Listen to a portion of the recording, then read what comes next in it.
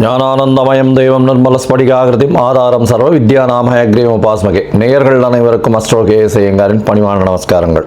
மாத பலன் விஸ்வாவசு வருஷம் சித்திரை மாதம் 14/4/2025 14/5/2025 வரலும் உண்டான பலன்கள். இந்த சித்திரை மாதம் என்பது வருஷத்தின் முதல் நாள், தமிழ் ஆண்டின் முதல் நாள். ஏற்கனவே தமிழ் புத்தாண்டு பலன்கள் தனியாக போட்டிருக்கேன், பாருங்க. இப்போ இந்த புது மாதத்தின், அதாவது சித்திரை மாதத்தின் பலனில் முதல்ல இந்த மாதத்தினுடைய கிரகச்சாரங்கள் என்னென்ன மாற்றங்கள் வருது, அது தவிர இந்த மாதத்தில் வரக்கூடிய, அதாவது கிரகங்களுடைய மாற்றங்கள் என்னென்ன இருக்குது அப்படின்றத பார்ப்போம். அதுக்கப்புறம் இந்த மாதத்தினுடைய பலன்கள் என்னென்னன்றதை பார்ப்போம், ஒரு ராசியாக. அதற்கு பிறகு இந்த மாதத்தில் எந்தெந்த ராசிக்காரர்களுக்கு சந்திராஷ்டமம் வருது, என்னென்ன நாட்கள் அப்படின்றதையும் பார்க்கலாம். முதல்ல இந்த மாதத்தினுடைய கிரகச்சாரங்கள், அதாவது கோள்களின் மாற்றங்கள் என்னென்ன அப்படின்னு பார்ப்போம். சித்திரை மாதம்னு சொன்னோம் என்னன்னா, மேஷத்தில் சூரியன் உச்சம் பெற்று போயிருக்கக்கூடிய காலகட்டம். மேஷத்தில் சூரியன் இருக்கக்கூடிய காலகட்டத்தை சித்திரை மாதம்னு சொல்கிறோம். புது வருஷமும் பிறகுறது. ரெண்டாம் இடம்னு சொல்லக்கூடிய ரிஷபத்தில் குரு, கடகத்தில் செவ்வாய் நீச்சப்பட்டு போகிறார். அது தவிர கன்னியில் கேது. இந்த மாதத்தில் சனி பகவான் சித்திரை மாதத்தில் கும்பத்தில் ஆட்சி பெற்ற மூல திரிகோண வீட்டில் இருக்கார்.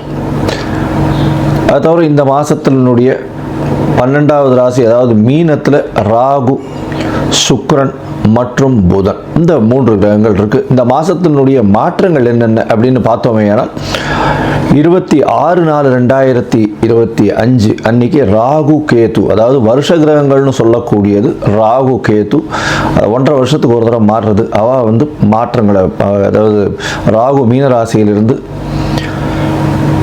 கும்பராசிக்கும், கேது கன்னிராசியிலிருந்து சிம்மராசிக்கும் போகிற ராகு கேத்துவினுடைய பெயர்ச்சி தனியாகவே போட்டிருக்கேன், பாருங்க. மேஷம் முதல் மீனம் வரை தனித்தனியாக போட்டிருக்கேன். அது தவிர பார்த்தோம்னா இந்த மாதம் 30/4/2025 அன்னைக்கு புதன் மேஷ ராசிக்கு போகிறார். அதற்கு பிறகு இந்த மாதத்தில் வரக்கூடிய இன்னொரு மாற்றம் என்ன அப்படின்னா, வருஷ கிரகமான குரு மாறுறார். எப்போ அப்படின்னா 11/5/2025 அன்னைக்கு மாறுறார். இது இந்த மாதத்தினுடைய கிரகச்சாரம். இந்த மாதத்தில் வரக்கூடிய விசேஷ நாட்கள் அப்படின்னு பார்த்தாலேயானால், 23/4/2025 அன்னைக்கு வாஸ்துன்னு சொல்லும்பொழுது, வாஸ்து புருஷன் கண் விழிக்கும் நேரம் 8:04 9:34 வரலாம். 1.5 மணி நேரம் கண்ணு முழுகிறார், அதாவது 90 நிமிஷங்கள். சூரிய உதயத்திலிருந்து இதை கணக்கு பண்ணிக்கணும். அதை தவிர பார்த்தாலேயானால், வாஸ்து கண் விழிக்கும் பொழுது எந்த ஒரு தோஷமும் கிடையாது. அதாவது அந்த காலகட்டத்தில் அடிக்கல் போடுறது, அதாவது மனை சாஸ்திரம் அடிக்கல் போடுறது, அதை தவிர புதுசாக வீடு கட்டுறதுக்கு ஆரம்பிக்கிறது, பெரிய கன்ஸ்ட்ரக்ஷன் போடுறது, பத்திரங்கள் பதிவு பண்ணுறது, இந்த மாதிரியான விஷயங்கள் பண்ணும் பொழுது நல்ல ஒரு ஏற்றங்கள் கிடைக்கும். அதை தவிர வீட்டுக்கு வாசக்கால் வைக்கிறது, இதெல்லாம் வாஸ்து நேரத்தில் பண்ணுவது மிகவும் சால சிறந்தது. வாஸ்து கண் விழிக்கும் நேரத்தை 5 பிரிச்சிருக்காங்க, 18 நிமிஷமாக. 5-18 நிமிஷம். முதலில் வாஸ்து கண் விழித்து காலை கடனை முடிக்கிறார், அதற்கு பிறகு ஸ்நானம் செய்கிறார், அதற்கு பிறகு பூஜை செய்கிறார், அதற்கு பிறகு அதாவது சாப்பாடு, அதாவது அவர் உண்ணக்கூடிய நேரம் 18 நிமிஷம், அதற்கு பிறகு தாம்பூலம் தரிக்கும் நேரம். இந்த உண்ணக்கூடிய நேரத்திலையும் தாம்பூலம் தரிக்கும் நேரமான கடைசி 36 நிமிஷம், அதாவது 8:58 9:34 வரலும் இருக்கக்கூடிய நேரத்தில் செய்யக்கூடிய அனைத்து வேலைகளும், அதாவது கன்ஸ்ட்ரக்ஷனுக்குன்னு அந்த இது எந்த ஒரு சிவில் கன்ஸ்ட்ரக்ஷனாக இருந்தாலும் அது வெற்றியை கொடுக்கும் அப்படின்றது சொல்கிறேன். அதனால் வாஸ்து ரொம்பவும் முக்கியமான விஷயம். சரி, இந்த மாதத்தில் வரக்கூடிய மற்ற விஷயங்கள் என்ன அப்படின்னா, 25/4/2025 ரமண மகரிஷி, திருவண்ணாமலையில் ரமண மகரிஷியினுடைய 75வது ஜெயந்தி. அதற்கு பிறகு 27ஆம் தேதி கள்ளழகர் ஆற்றுல இறங்குறார். 27/4/2025 அன்றைக்கி அமாவாசை வேறு. அதற்கு பிறகு பார்த்தாலேயானால் 30/4/2025 அன்னைக்கு அக்ஷய திருத்தியை. அக்ஷய திருதினா வளர்பிறை திருதியை, அதாவது அமாவாசைக்கு அடுத்து வரக்கூடிய 3வது நாள் அக்ஷய திருதியை. இந்த துவரம்பருப்பு அதெல்லாம் வாங்கக்கூடிய நல்ல நாள். பொதுவாகவே தங்கம் வாங்கணும் அப்படின்னு வச்சுருக்காங்க, இப்போ அப்படிலாம் கிடையாது. துவரம்பருப்பு, வெல்லம், அடுத்தது கொஞ்சோண்டு உப்பு வாங்கினாலே வீடு சுபிக்ஷமாக இருக்கும், கவலைப்பட வேண்டாம். அது தவிர பார்த்தோம்னா 4/5/2025 அன்னைக்கு அக்னி நட்சத்திரம் ஆரம்பிக்கிறது. அக்னி நட்சத்திரம்ன்றது உச்சகரமான வெயிலை குறிக்கக்கூடிய கிட்டத்தட்ட ஒரு 28-29 நாள் ஆரம்பிக்கிறது. இது வந்து வைகாசி மாதம் வரலும் தொடர்றதுனால ஆரம்பத்தை மட்டும் சொல்கிறோம். அதை தவிர பார்த்தாலேனால் இந்த அக்னி நட்சத்திரத்தின் போது பொதுவாக வீட்டினுடைய சுபகாரியங்களை எடுத்து பண்ணுறதில்லை. அதாவது கல்யாணம், எல்லா விஷயங்களும் சுபகாரியங்களை எடுத்து பண்ணுறது கிடையாது. அதனால் அக்னி நட்சத்திரத்தை தவிர்த்துருவா பொதுவாகவே. அதோட 12/5/2025 அன்னைக்கு சித்ரா பௌர்ணமி, பெரிய விசேஷம். சித்ரா பௌர்ணமி அப்படின்னு சொல்லக்கூடியது மதுரை வைகை ஆற்றுல இறங்குறது பெரிய விசேஷமாக சொல்லக்கூடியது. கள்ளழகரும் இறங்குறாரு வைகையில், சித்ரா பௌர்ணமி அன்னைக்கு இறங்குறார். இந்த காலகட்டத்தில் பார்த்தடையானா இந்த சித்திரை மாதம் நல்ல ஒரு ஏற்றமான மாதமாக இருக்குது.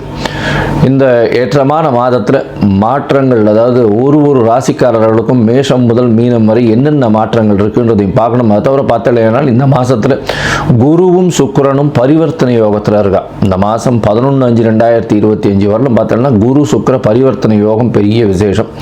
சூரியன் உச்சம் பெற்று போயிருக்கார், அதுவும் மிகப்பெரிய விசேஷம்.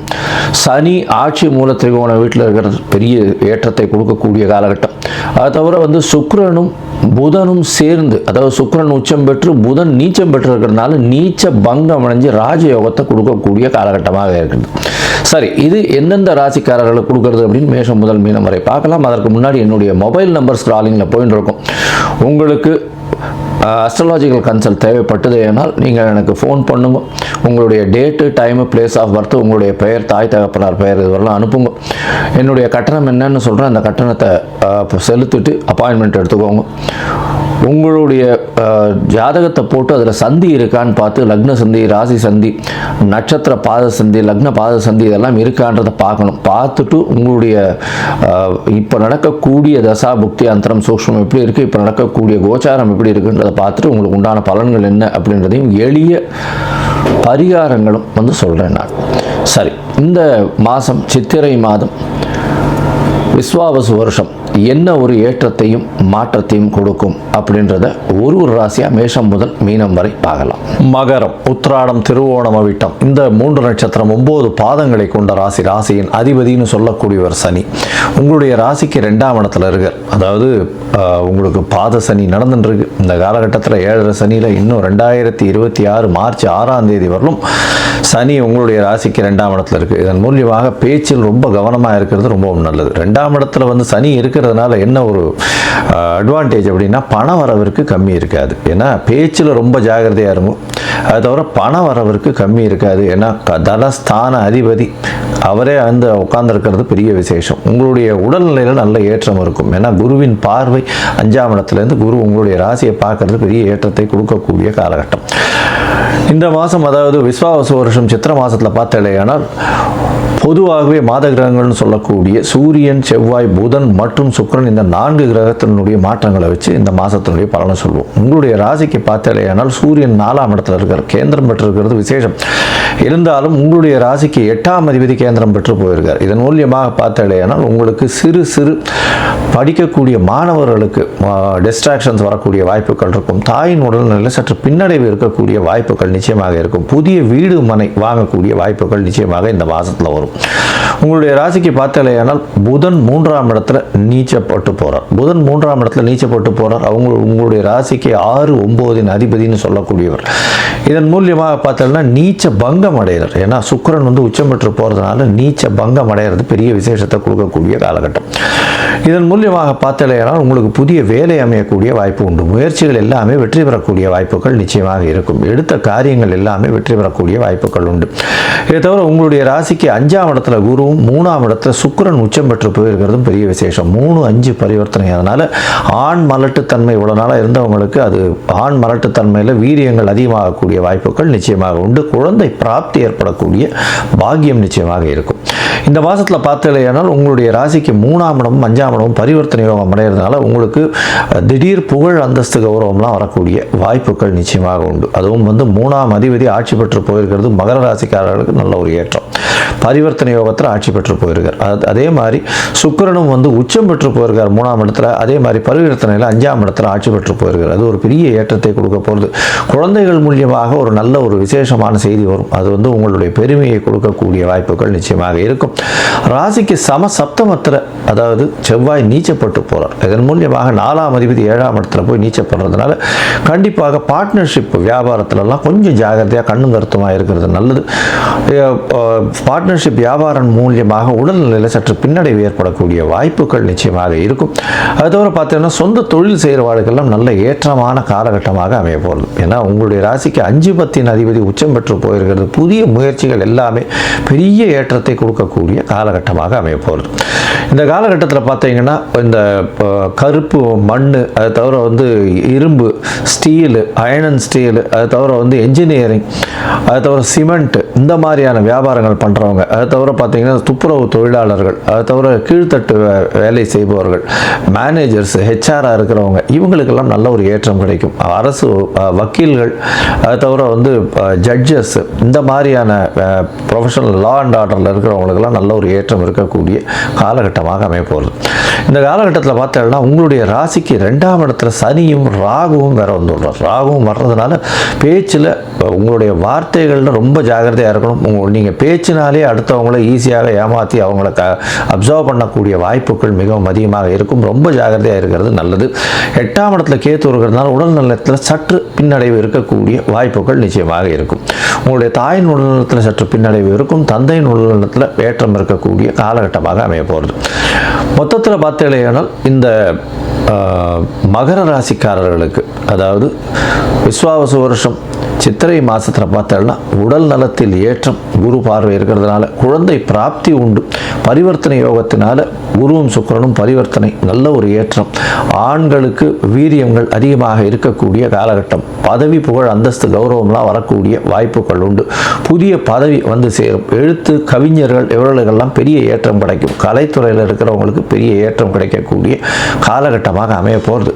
ராசிக்கு சமசப்தமத்தில் செவ்வாய் நீச்சப்பட்டு போகிறதுனால பார்ட்னர்ஷிப் தொழிலில் அதிகமான இன்வெஸ்ட்மெண்ட் வேண்டாம். பார்ட்னர்ஷிப் தொழில் மூலியமாக சிறு சிறு தொல்லைகள் வரும். உடல் நலத்தில் பாதிப்பை கொடுக்கக்கூடிய வாய்ப்புகள் நிச்சயமாக இருக்கும். உங்களுக்கு பார்த்தீங்கன்னா சொந்த தொழில் பெரிய ஏற்றத்தை கொடுக்கக்கூடிய காலகட்டமாக அமைய போகிறது. அது தவிர உங்களுடைய ராசிக்கு பார்த்தீங்கன்னா குழந்தைகள் மூலியமாக பெரிய ஒரு சந்தோஷம் வரக்கூடிய காலகட்டமாக அமைய போகிறது. மொத்தத்தில் இந்த விஸ்வாவசு வருஷம் சித்திரை மாதம் நல்ல ஒரு ஏற்றமான காலமாக இருக்கும். இந்த காலகட்டத்தில் முயற்சிகள் எல்லாமே பண்ணக்கூடிய காலகட்டம் இருந்தாலும் சில நாட்கள் முயற்சிகளை தள்ளி வைப்பது நல்லதுன்னு சொல்கிறோம். அது சந்திராஷ்டம காலம்னு சொல்கிறோம். இந்த சந்திராஷ்டம காலம் அப்படின்னு சொல்கிறது 5/5/2025 7/5/2025 வரலும் உண்டான காலகட்டத்தை சந்திராஷ்டம காலம்னு சொல்கிறோம். இந்த காலகட்டத்தில் புதிய முயற்சி வேண்டாம், வெளியூர் வெளிவான பிரயாணம் வேண்டாம்னு சொல்கிறோம். ஒருவேளை பண்ண வேண்டி இருந்ததுன்னா சந்திர பகவானுக்கு உண்டான எளிய பரிகாரம்னு சொல்லக்கூடிய அருகில் இருக்கக்கூடிய கோசாலையில் உங்களால் முடிஞ்ச அகத்திக்கீரை கட்டு வாங்கி கொடுத்துட்டு போகிறதன் மூலியமாக சந்திராஷ்டமத்தின் தாக்கம் குறையும். இந்த மாதம் இந்த மகர ராசிக்காரர்கள் சனீஸ்வரனுக்கு வாரம் சனிக்கிழமை அன்னைக்கு போய் இந்த நவகிரகத்தில் இருக்கக்கூடிய சனீஸ்வரனுக்கு 7 தீபம் கம்மியில் 2 தீபங்கள் வச்சு ஏற்றிட்டு வர்றதும், நீல கலர் ஆடைகள் தானம் கொடுத்துட்டு வர்றதன் மூலியமாகும்.